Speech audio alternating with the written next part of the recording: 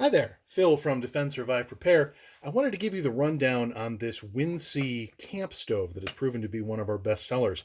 I've unfolded the legs here. It's basically just a little burner connected to a fuel source that has a valve on it.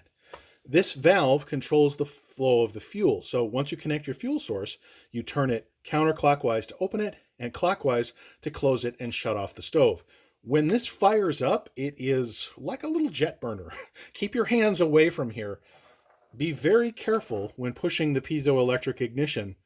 You may even be able to see a spark. When you push this, you get a spark. That's what ignites your fuel. Keep your fingers away from this area when you're firing up the stove. It's going to come out very fast, very hot. This piezoelectric crystal does not require batteries. It's just going to work when you push it. So there's no worry about, changing out any kind of a power source there. The question we've gotten a lot, though, is what fuel do I use to connect to this stove? If you've tried to connect like a Coleman propane tank to this, you'll find that it's not the right size.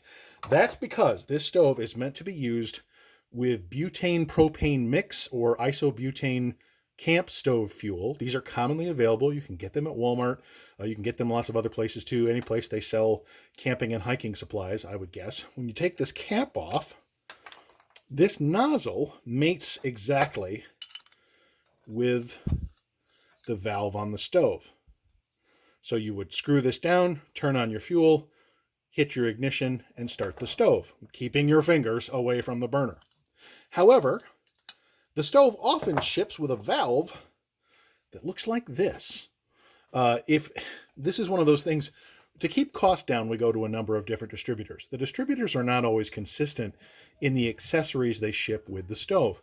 So if your stove came with this valve is for butane cartridges. These look like this, and they also come from stores like Walmart. That's where I got this one. If you take the cap off, you'll find this little nozzle is a little different. That's because it's meant to mate with the valve. You would connect the stove to the valve, making sure this part is off. And then I'm going to line up this notch in the valve with the notch in the cartridge. You push down and then turn to secure it. I'm not actually going to do that now because I'm indoors and I don't want to release some fuel. But you see how that notch lines up? That's what that valve is for. It's for connecting these butane cartridges. Now you might be saying, but Phil, I have propane tanks for my home grill. I don't want to buy another fuel source. Well, you don't have to if you're willing to buy an accessory. Every once in a while, this stove will ship with one of these Lindell valves. It usually doesn't. It usually comes with this one.